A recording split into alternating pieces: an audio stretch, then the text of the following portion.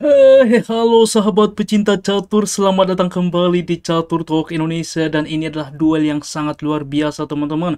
Bagaimana Hans Moknaiman menghadapi dunia dan pada saat ini ia menghadapi duel terhadap Anis Giri.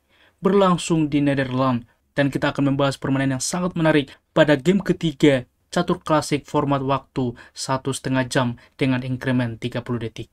Langsung kita simak permainannya. Hans Neumann mengawali langkah dengan pion ke-4, dibalas pion ke C5 memilih pertahanan Sisilia, kuda ke F3, D6, D4, pertukaran terjadi, kuda ke F6 saat ini, kuda ke C3 dan A6.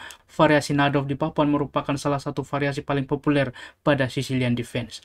Gajah ke D3 saat ini, maka pion ke E5 mengusir kuda, kuda mundur ke E2, mensupport juga ke depan pion ke F4. Gajah ke E7 mempersiapkan rokade. Di sini putih rokade. Gajah ke E6. Kita lihat bagaimana ke depan diagonal gajah yang coba dimainkan Anis Giri. Dan F4 fokus rencana. Rokade juga pengamanan dari hitam.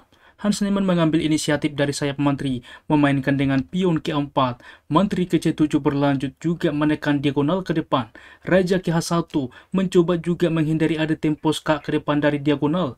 Kuda B ke D7 dan gajah ke E3 saat ini, di mana ke depan mendorong pion ke A5, mensupport juga untuk gajah di petak B6. Benteng ke-8 dimainkan, maka pion ke A5 fokus rencana, benteng ke E8 dan H3 saat ini menjaga petak penting G4. H6 dimainkan, begitupun dengan hitam. Menteri ke E1 berlanjut dengan ide ke depan, kita bisa bayangkan manuver di petak G3, lalu mendukung ke depan pion melaju, membuka juga mengancam bahwa pion sedang dipin. Kuda ke C5 dilanjutkan menekan gajah. Menteri ke G3 fokus rencana dan kuda langsung ke H5 mengancam menteri, mensupport pion ke depan. Menteri ke F2, maka pertukaran pion terlebih dahulu menekan gajah.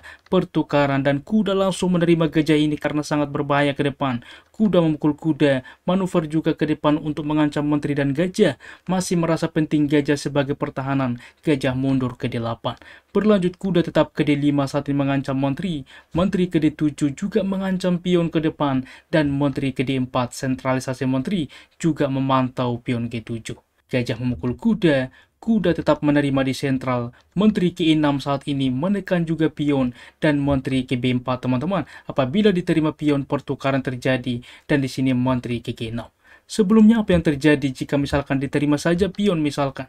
Masalahnya ini lebih fatal teman-teman karena tidak langsung menerima pion. Karena gajah menerima, di sini menteri menerima membawa benteng ke I1. Kita lihat di sini juga bahwa benteng tidak saling terkoneksi. Menteri memukul kuda, benteng memukul benteng skak, raja berpindah dan di sini pun keunggulan kualitas dimiliki oleh putih.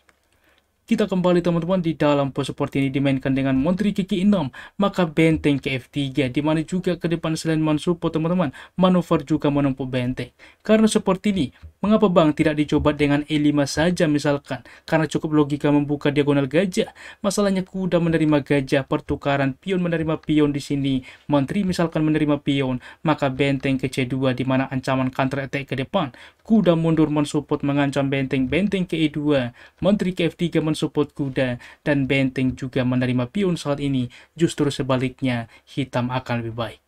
Oleh sebab itulah di sini Hans Moknaiman memilih dengan benteng ke F3, maka berlanjut benteng ke F8 saat ini, benteng ke F1, gajah ke G5, berlanjut dengan benteng ke G3 mengepin gajah, menteri ke E6 menghindari pinan, dan menteri ke sentral kembali, di mana juga tetap mengepin karena ancaman skakmat ke depan, dan di sini pion ke G6 teman-teman.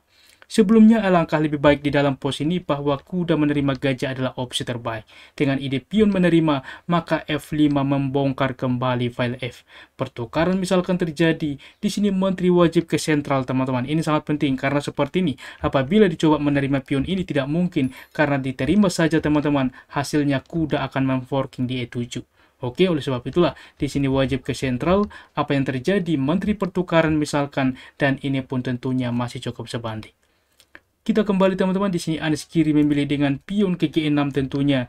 Maka coba teman-teman di sini salah satu posisi kritikal. Anda pos PD ini apa langkah brilian kombinasi yang ditemukan oleh Hans Moknaiman di posisi seperti ini.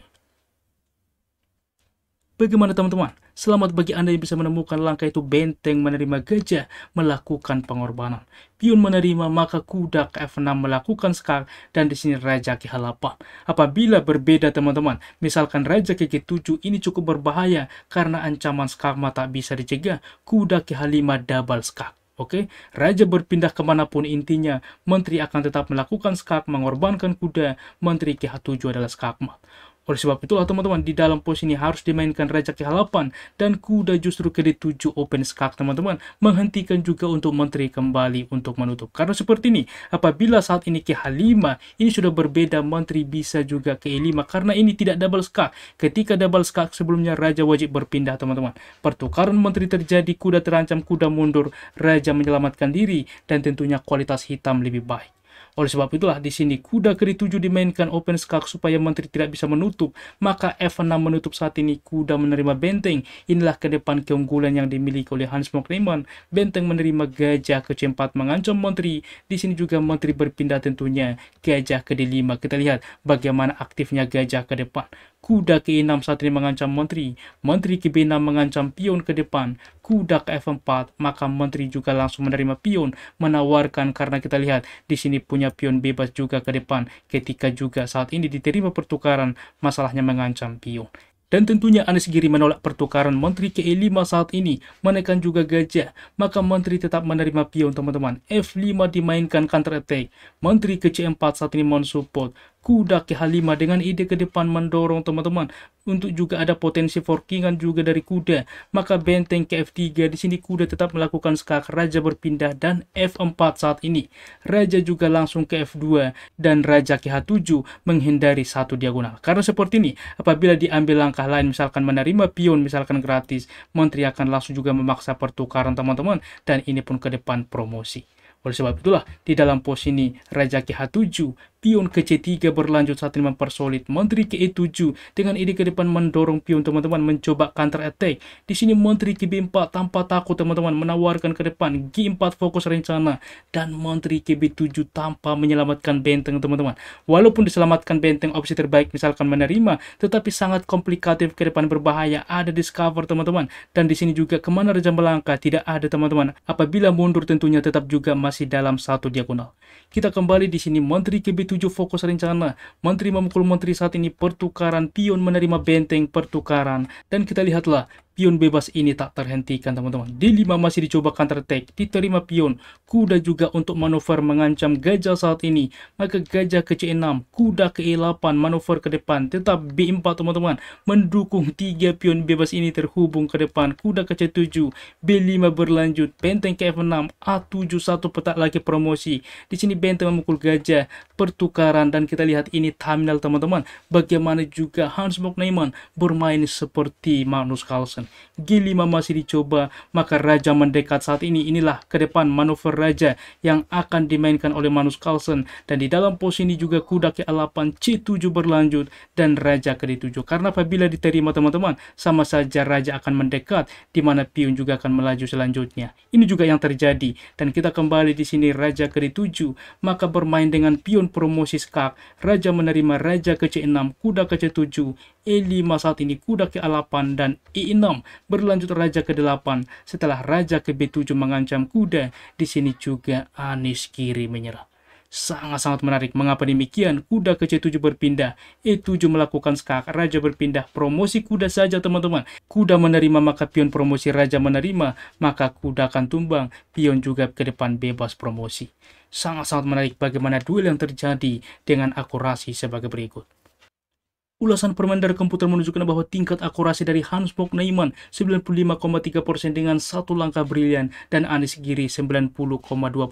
Mereka memang bermain sangat sengit dengan akurasi di atas 90%. Merupakan duel yang sangat menarik yang kita simak teman-teman. Bagaimana ajang Hans Mokneyman mencoba membuktikan dirinya sebagai salah satu Grandmaster atau pecatur yang berpengaruh. Dan ke depan juga ia akan bertemu dengan Magnus Carlsen pada Speed Chess Championship. Bagaimana teman-teman dukungan Anda terhadap duel ini? Demikian ulasan catur menarik hari ini. Jika suka, jangan ragu pencet like, sehingga kami semakin bersemangat lagi mengupdate updatean terbaru tentang percaturan dunia saat ini. Catur Yes Indonesia Jaya, keep sharing and keep loving. Bye-bye.